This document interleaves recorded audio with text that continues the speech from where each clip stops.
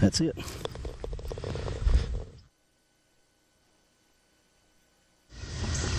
The 6th hole here at Eagle Bluff, a par 4 of 409 yards. This is a situation where tee boxes make a great big difference. White tees are significantly on up, blue tees are back here. But it does take driver out of the equation. This is a hole that you got to hit to a landing area, and from that landing area there's a big ravine, and then the green sits on the other side of that ravine. So hitting driver here might be an option from the white tees and knock it down to the bottom of that ravine. But from back here, it's just a 4-wood. Hit it to the landing area, take your medicine, play the game. If you miss, you want to miss right again, because it does slope back. Got a 4-wood, I'm going to try to cut it just a little bit. That's perfect, Brad. Right up the middle with just a slight cut, right to the landing area. Anyway, actually 151 yards left to the center, pin's a little back. Got a severe slope to the right, so I have used that slope in the past. Today I think I'm just going to take a more straight line approach. Got a 9-iron.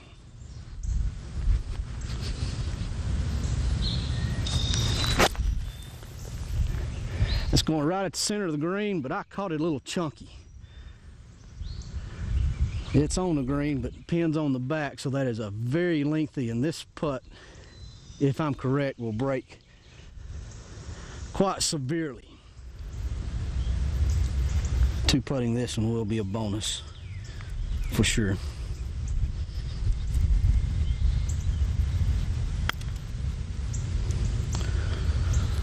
All right, start slowing down. Slow down, slow down, slow down. Not a bad lag putt, but still some meat on this bone here. This one should break slightly to my right. Hit a good putt.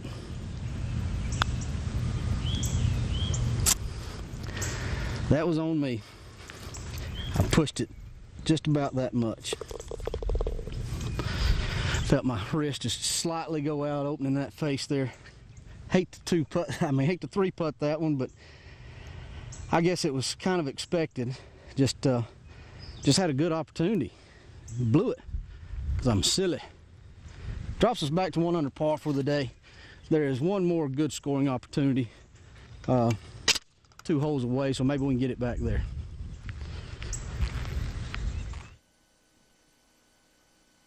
Okay, 7th hole here at Eagle Bluff, a par 3 that goes straight downhill. Ample sized green, got a bunker in front of it. Pin's cut front, so it brings that bunker in play for sure if you try to go pin seeking here. Got my cameraman down there in his bright yellow shirt. I'm gonna try not to hit him. All right.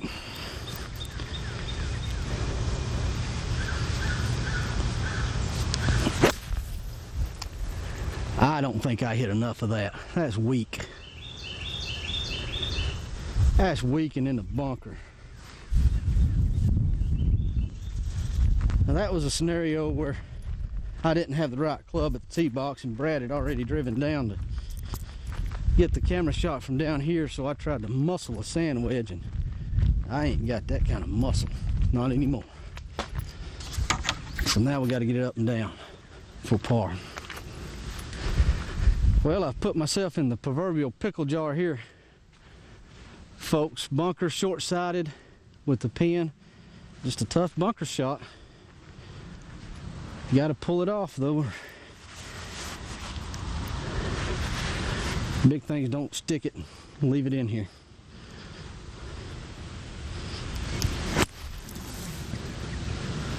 Easy, easy. That's sweet. I love bunkers. Reminds me of the beach. Someplace I need to be. With a cold drink in my hand.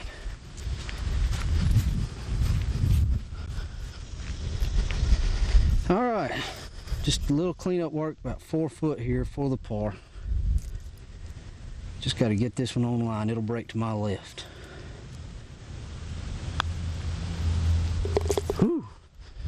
That one almost didn't break. May have gave it a little too much speed. Good bunker shot there. I tell you, bunkers have been kind to me here recently on Golfsoup. I don't get to play them that much, but once you learn the bunker shots, they're real easy. So many people are so afraid of them, yet it's almost an easier shot than a pitch from grass for me. So if you never conquered the bunker shots, once you do and get that confidence level, bunkers will never bother you again.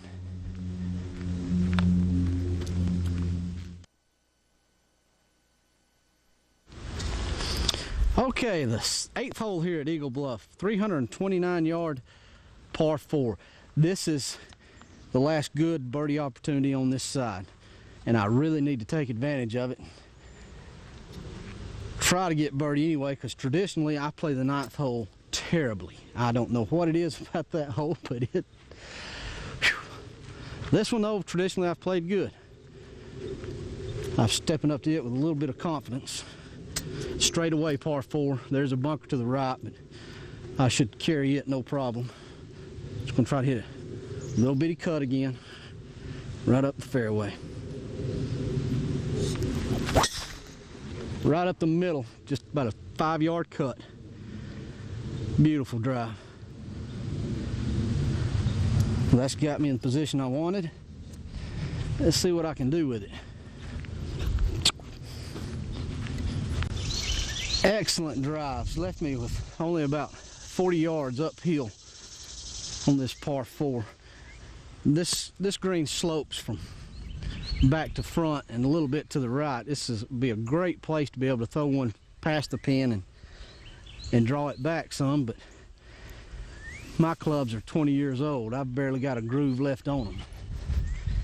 I can't spin it with these old dinosaurs like I used to.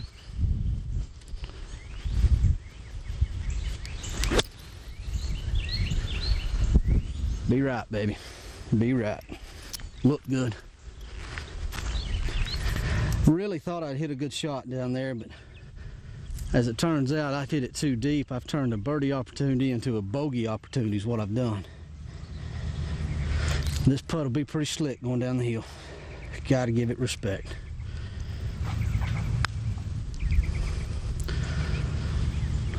I better go in or it's off the green. Settle down. Golly, that's 2 holes in a row. I almost made birdie and likely to wind up with bogey on both of them. All right, it comes down to this. Got a 8-footer back up the hill from my par.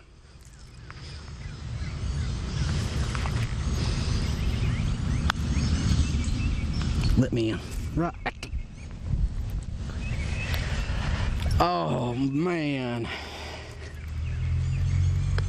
Boy, I hate to suffer that bogey there. That was right in the jar. I just didn't hit it. Have I ever said that I hate uphill putts?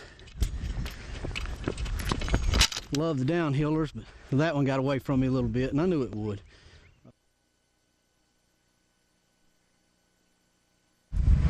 The 9th and final hole of the day for us here at Eagle Bluff. A par 4 that eats my lunch every time I get on it. 385 yards. You got a pond to the left, you've got trees to the right, you got a bunker to the right, just a narrow landing area. Just it's not that difficult of a hole, but it's just one of those holes that does not suit my eye. It's hard to explain. You just have holes like that. You have holes that sometimes you see and you really like. This one I don't like so much. Beautiful hole, but I just have trouble playing it. I've chosen a 4-wood to try to keep it in play. That's right up the middle, drawing just slightly, being left side of the fairway. Oh, that was a bad hard left kick though. That might have kicked it to the rough. That was a really hard left kick. Hitting the 4-wood though, I don't think it got in that water. All right, here we go. Last hole, 100 yards away. Can't see the flag. I've got it marked where I need to hit it though. Wind significantly behind me. Oh, that's pitiful. Boy, I tell you, a hole gets in your head and it just stays there. And this one is in my head.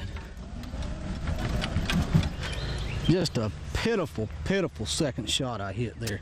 I'm lucky I even got it over the water. Leaves me with a long chip here.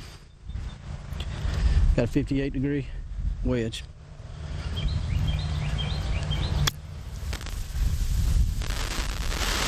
Go.